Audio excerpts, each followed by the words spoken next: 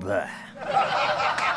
Frumess talks about Halloween, Halloween, Halloween. Let's all talk about Halloween, Silver Shamrock.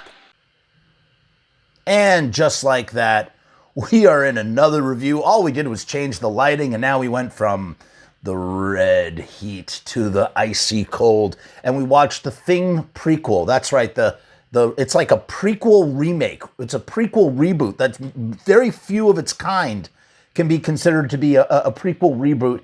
We know about the requel, which is like a reboot and a sequel all at the same time, but to do a prequel version, you don't generally see that. And I remember hating this when it came out. I watched it once and just rolled my eyes, super turned off by the CGI. I was still turned off by the CGI, but I was more forgiving of a lot of things. We watched The Thing, John Carpenter's The Thing, a couple days back, and I figured, I saw this on Amazon Prime, I'll check that out. Haven't seen that in, it's been 10 years. It was like watching the movie from completely refreshed with a fresh set of eyes. One of those revisits where you're like rewatching the movie for the first time.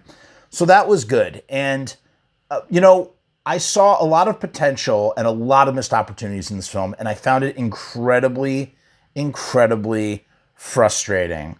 Let's take a look at my notes here. So, right off the bat, if you're going to give me a Thing prequel, which they do, that's what they did, give it to me from the POV of the Thing itself. We know the mystery. We don't need to go through it all over again. I don't need to see these characters discover what the Thing is. It's not for the characters anymore. It's for the audience. The audience already discovered this in the sequel the original from 1982, which is actually a remake. So it's kind of hard to qualify what is what. We don't need that. As a matter of fact, there is a short story, which I'm going to read on the channel. There's a short story from the Thing's perspective, and it's really well done. It's really well written. And that is what I want to see. And if you're not going to give me that, at least show us the same movie, but from the Thing's perspective as the Thing moves around and sort of stalks its prey. You know what I mean?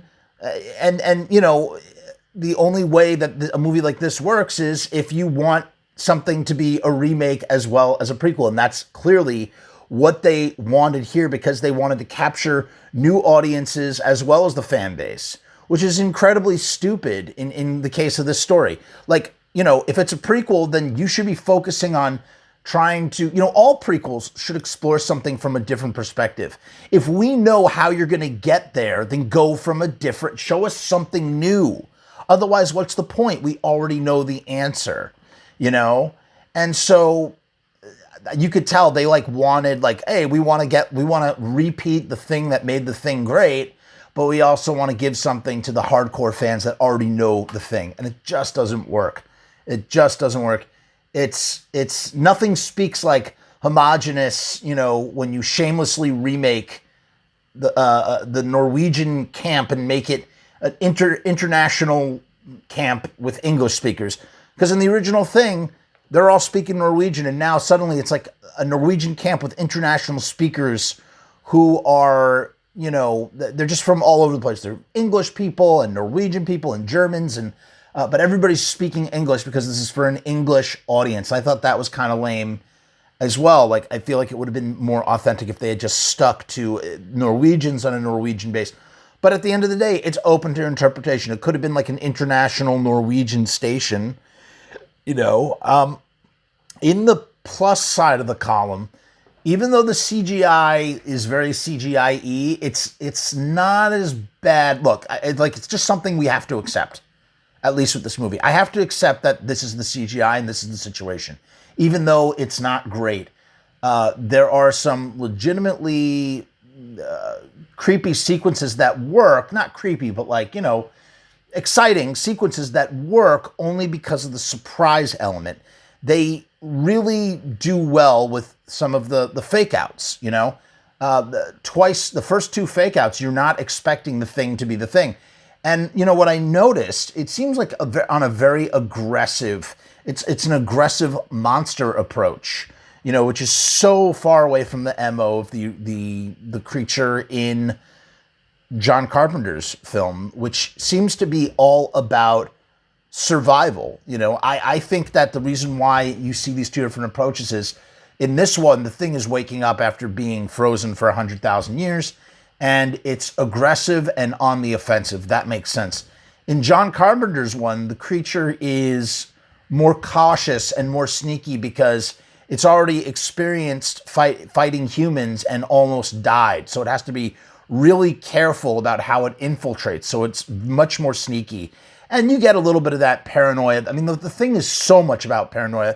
And this film confirms my theory about the previous one, although obviously it could have been retroactively written, because that doesn't mean that John Carpenter had this in mind. But it really seems like the people that have the thing inside of it, sometimes, most of the time, are not aware that they have the thing. It's like they are just as surprised when their bodies rip apart and they become these monstrous creatures.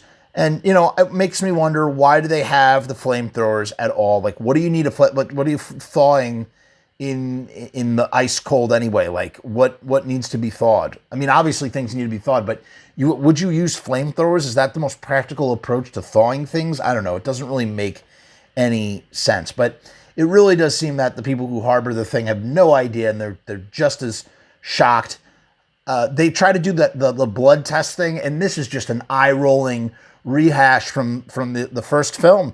And it's like, we don't need, like, we go through this. We've seen this already. And they subvert it a little bit because the test gets destroyed, so they have to check via the fillings. But it's the fact that they have like this conversation that's so similar to John Carpenter's version that kind of has me rolling my eyes a little bit. I do like that they deviated and decided, it's all about the fillings. The creature can't replicate metal. That's something that doesn't really get dwelled upon or dissected in the first one. So I thought that worked. Joel Edgerton, he kind of plays the MacReady character, and it works, but it also kind of feels like, oh, we need to have the MacReady character because this is a Thing movie and it's synonymous with the Thing, which is kind of stupid to think that there are two MacReadys, like, that are neighbors in Antarctica or whatever. Kind of stupid. But fine. Ultimately, what this movie made me realize is that because it's on such an offensive this time, the Thing in the sequel, or the whatever, I don't know how to talk about them because they have the same name. The Thing in John Carpenter's film is a defensive creature. I find that to be kind of a revelation. It's purely about survival. That's why, when it does sort of reveal itself, it does so out of complete desperation. It doesn't do it to attack and assimilate like it does in this film. And, there's this whole, they're wondering where Lars is. As it turns out, Lars is the guy that's in the helicopter at the beginning of John Carpenter's film, because they show that the scene that happens right before that shows the dog running towards the next base camp. And it works. It's cool. I like that connectivity and whatnot. This film was supposed to have a lot of special effects, and they got switched out at the last moment, and they instead did CGI, probably as a cost-cutting component or whatever. But it really has not benefited the movie all these years later. It's still worth a watch, man, if you've never seen it. And it definitely aged better than, like, when it first came out, we all just were like, why do we need this? What I do like about it being a prequel instead of a sequel is, the end of John Carpenter's film is very, like, final. It's a very sort of final, definitive situation. They have to destroy the base and they have to freeze in the cold so the Thing can't get out.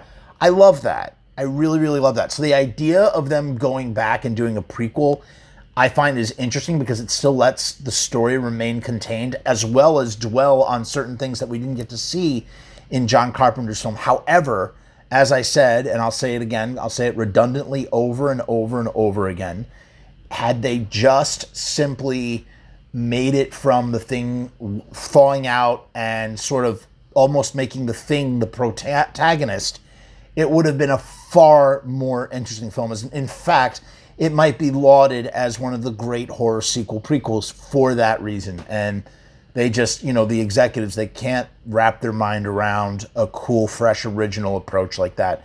And instead are going to just try and homogenize it as much as possible so they can try and reach the widest audience as possible. And now what do we have? We have a sequel. We have a prequel that 10 years later is relatively forgettable and, is only being revisited because I happened upon it on Amazon Prime. That's it. We'll see you tomorrow for another movie.